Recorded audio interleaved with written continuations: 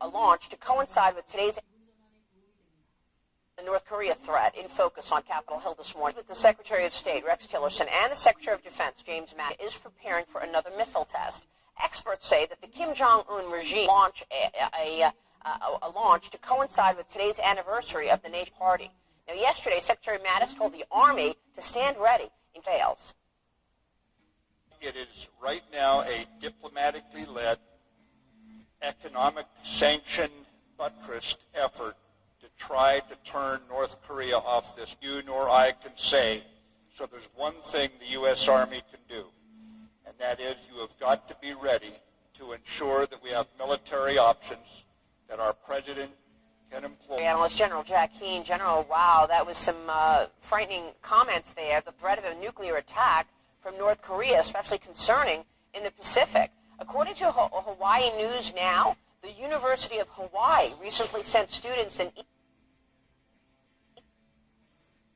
email with an ominous headline. In spite of concerns about North Korea missile tests, state and federal agencies are providing information about nuclear threats. And what, General Keane, your thoughts on this?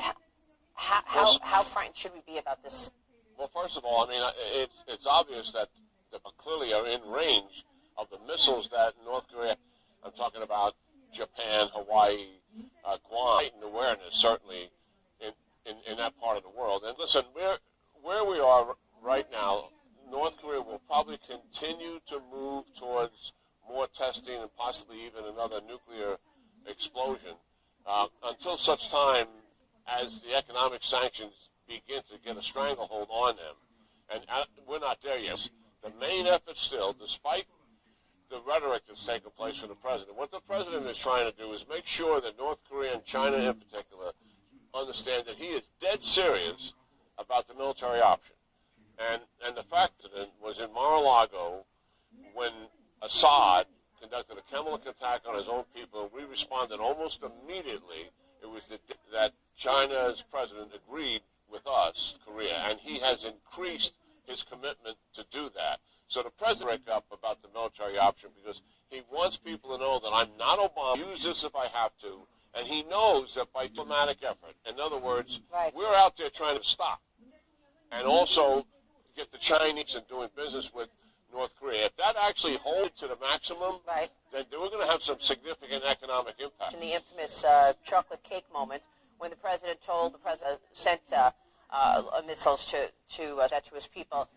Do you think our Army is ready? I mean, General, before, in terms of the readiness of the U.S. Navy, if push came to shove and we had to send military in, we would be challenged. There'd be no doubt about it. We've been talking now, about the readiness rate of our airplanes. They're at 40, 50, 60%, depending on the service.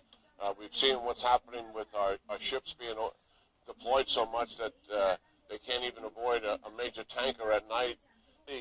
And we know for a fact that the Army has come forward and said that they only had 3 Army brigades that were ready now, in order to go to war. So, yeah, we have problems. It doesn't mean we couldn't win a war against Hood. We don't want to have to fight that war. What that would mean is North Korea, we would stop that invasion with the South Korean military, and then we would conduct a counteroffensive with air power and take down the North Korean regime. That would produce lots of casualties, lots of civilian casualties, something we want to avoid.